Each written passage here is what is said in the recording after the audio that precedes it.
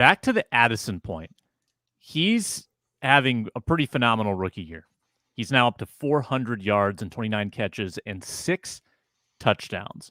Nose for the end zone. And most of those touchdowns are lengthy too. These aren't Adam Thielen touchdowns where he, wiggles through like on a crosser for a 2-yard TD. And he was very good at that. But the Jordan Addison rookie campaign is like putting itself on the Mount Rushmore of Vikings rookie receiver campaigns. And I'm curious, it's not Moss, it's not Jefferson. How does it stack up with Diggs rookie year? At this point, who would you take, rookie Diggs or rookie Addison, Braun? The issue here is that most of Addison's games are with him appearing as a wide receiver 2 to a very obvious wide receiver 1. That wasn't the case with Diggs in 2015 when he took over for, was it Charles Johnson? It was like Charles Johnson and Adam Thielen hadn't really broken out yet. Yeah. And so Diggs just became the guy in the same way that Jefferson became the guy and Randy Moss became the guy. And Addison just can't become the guy when Justin Jefferson is on the field. And so it's really difficult to make that comparison. This is, and obviously the last 2 games he's played without Jefferson, but without those 2 games, and they're a big part of the evaluation, this is one of the best wide receiver 2 rookie seasons that we've seen. So it's because you're comparing him to some of these great rookie receivers. Puka Nacua, of course, obviously he's going to win Offensive Rookie of the Year if he gets anything approximating this pace going forward. Tank Dell's having a wonderful season. Zay Flowers is having a great season. A lot of great rookie receivers right now having really good rookie seasons, and they're wide receiver 1. Up there in yardage is Addison, who has been wide receiver 1 for 2 games. And I don't even know if you could say, 2 games ago he was wide receiver 1, right? Because it's like Hawkinson, right? Like you're doing some complimentary stuff. So as a and he has a goose egg in there, by the way. Right? Yeah, as a complimentary receiver, he's having a really good. So I would take Diggs this season, I guess, but it is just a really difficult comparison because they're being asked to do different stuff, and there's target share issues in approximating this. But it is difficult to find. Like, this is the last wide receiver 2 who did something like this. Like, Anquan Bolden is maybe the close, but it's difficult to find stuff like this.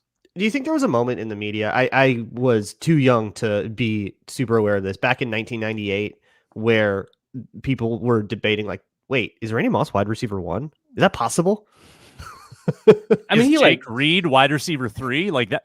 Same like going into that season, everybody probably like Chris Carter was probably going higher in everybody's fantasy drafts, right? Yeah, if fantasy was a thing. Yeah. But yeah. So off the bat, but my impression, I was also quite young when this happened. My impression was that Moss turned the conversation around in like a game and a half. Right, like it didn't take long for people to. Okay, yeah, it was Monday night was when like national people were like, "Oh my god, this guy," with a Monday Night Packers game, which, Monday Night Football, right? Yeah. By the way, yeah, against the reigning NFC. Oh no, the 49ers didn't win the NFC. They just won. They just will this year. They're just on that path. Yeah. Well, if they have a quarterback. But in both cases, reigning NFC champions, right? True. Or no, Niners did. Right. You're right. Yeah, Niners. I had the exact same thought NFC championship participants. Yes, I agree. Yes, divisional champions. I do have the numbers through 7 games. Stefon Diggs, 36 receptions, 573 in yardage, 2 touchdowns. Addison, 29 receptions, 400 yards, 6 touchdowns. Probably important a little bit that we don't get enamored and treat the touchdowns as predictive, because I think that gets you like we got in trouble with Cordell Patterson a little bit, right? Where like he had so many explosive touchdowns that we kind of overlooked some of the other stuff. And Christian Watson last year, we got totally, or maybe not some people got totally enamored by Christian Watson that they picked him up in their I've got a clean record so far. Draft. Drop some more names. I'm still right. That's all I got. But I think that there's certainly a sustainability element to what he's doing, because he does make tough catches. He does run great routes. He does have great speed and seems to have a really good understanding of how to get open in today's NFL.